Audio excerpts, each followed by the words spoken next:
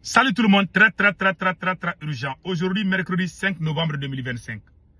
Les États-Unis d'Amérique viennent d'encourager les forces armées maliennes dans la lutte contre les terreaux.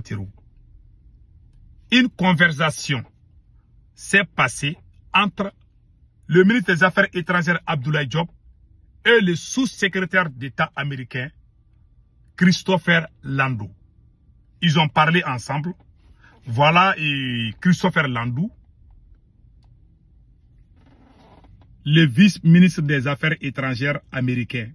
Voilà, sous-secrétaire d'État. C'est le vice-ministre des Affaires étrangères américain. Il a parlé avec Abdoulaye Diop. J'ai vu certains Maliens en train de dire que les États-Unis ont félicité le succès des forces armées maliennes. Ça, c'est faux et archi faux. Voilà ce qu'il a dit en anglais. Je vais traduire en bambara. Et puis, je vais vous dire une chose. Les États-Unis n'ont pas de problème avec. Et puis, il y a des gens aussi qui ont parlé pourquoi les États-Unis ont demandé à leurs citoyens de quitter le Mali. Je vais vous donner encore des raisons sur ça aussi. Maintenant, c'est écrit ici, US Deputy Secretary of State Christopher Landau said on Tuesday that he spoke with the Mali's foreign minister Abdoulaye Diop to discuss shared security interests in the region. Ils ont parlé, je vous ai dit, les services secrets américains et les services secrets maliens travaillent ensemble. Je vous ai dit ça il y a longtemps. C'est même Michael Landau qui a fait des voyages dans les pays de l'AES. Seuls le Burkina Faso et le Niger ont refusé. Le Mali a accepté de travailler avec le service de renseignement américain, comme le Mali l'a fait avec la France. Donc, il y a eu des appels. Si les États-Unis, s'il y a un problème entre les États-Unis et le Mali, est-ce que les deux ministres allaient se parler? Non. Donc, Abdoulaye Diop et le vice-ministre des Affaires étrangères américain ont parlé. Ils ont parlé de la lutte contre les terreaux. La conversation était basée sur ça. Ça veut dire que les États-Unis et le Mali travaillent ensemble. Il n'y a pas de problème de... C'est un petit qui écrit sur les réseaux sociaux là. Ah oui, les États-Unis félicitent. Ils n'ont pas félicité. Je vais traduire. Voici la version anglaise. Voilà. In a post on X, Landau also said that the United States commend the armed forces of Mali in their fight against Islamic extremist militant, the JNIM. C'est-à-dire que dans un post à X, c'est-à-dire en Twitter, Landau, le vice-ministre des Affaires étrangères américain, a dit que les États-Unis encouragent les forces armées maliennes dans leur lutte contre les terreaux. Ils n'ont pas dit qu'ils félicitent, parce qu'ils ont dit ici que oui, que les États-Unis félicitent les forces armées maliennes pour le succès dans la lutte contre les terreaux. C'est faux et archi faux, c'est pas vrai. Ils n'ont pas félicité, ils disent qu'ils encouragent. C'est comme, si tu dis que tu félicites quelqu'un, ça veut dire que la personne a réussi la chose. Félicitations veut dire que tu as déjà réussi. Ils n'ont pas réussi. Les États-Unis n'ont pas réussi. Et réussir, en anglais, c'est congratulate. Ça veut dire féliciter. Ils ont dit commend. Commend veut dire, commend means to praise. To encourage. C'est-à-dire que commend bien fombe ka douou kanye quoi.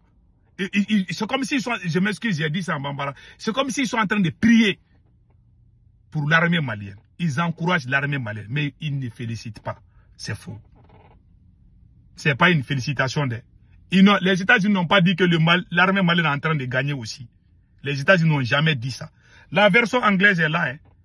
Nous, on parle l'anglais. Parce qu'ils sont en train de mentir là. Parce que les gens là, dans la communication là, on ne va pas mentir ici. Moi, je suis professeur d'anglais. J'ai enseigné l'anglais au Mali. Quand je suis venu aux États-Unis, je suis devenu politologue parce que j'ai fait mes études en sciences politiques. Voilà. Donc, quand j'étais au Mali, j'étais professeur d'anglais.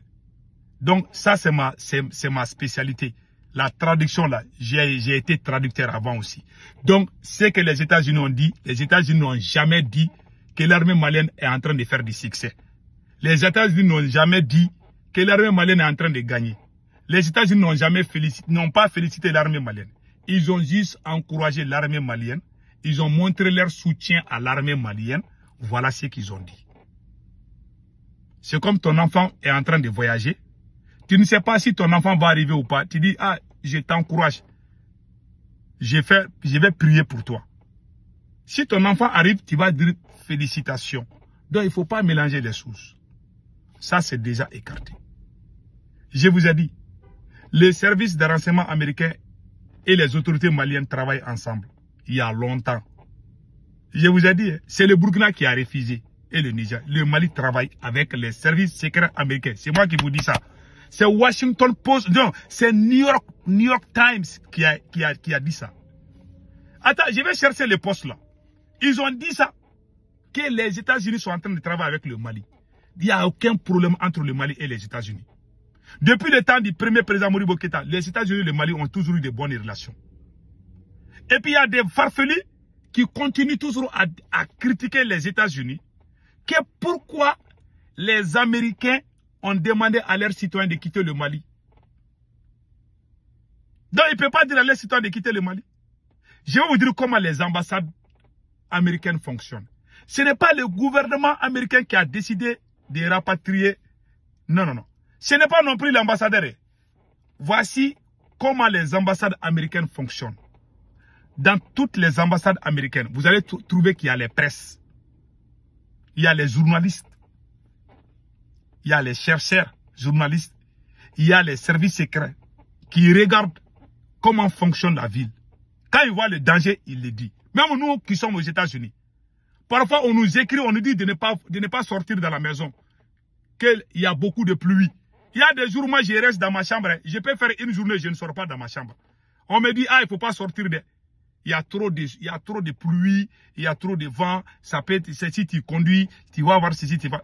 Ils font ça aux États-Unis. Vous pensez que, façon dont vous considérez vos citoyens, les ambassades américaines sont là pour les citoyens américains. Point final.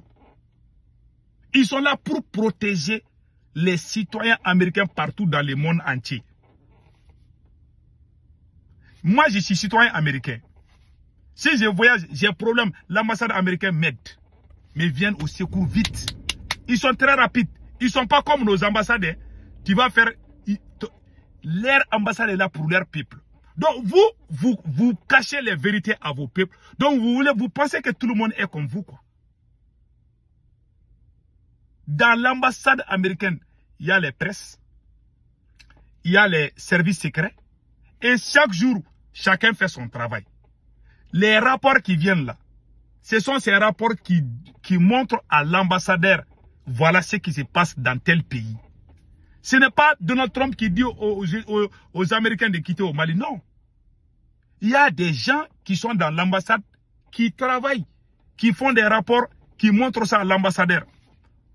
Si ils montrent que le Mali est en danger, les citoyens américains doivent quitter le Mali. Est-ce que c'est un crime? Moi, même si je suis ambassadeur là, hein, je suis ambassadeur américain au Mali, je vais dire la même chose.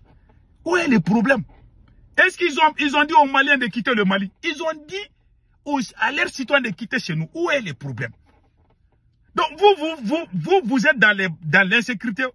Vous pensez que vous êtes habitués à ça. Et ils ne sont pas habitués à ça. Et ils veulent sauver leur peuple. Point final. C'est la première puissance mondiale. Parce qu'ils sont ensemble.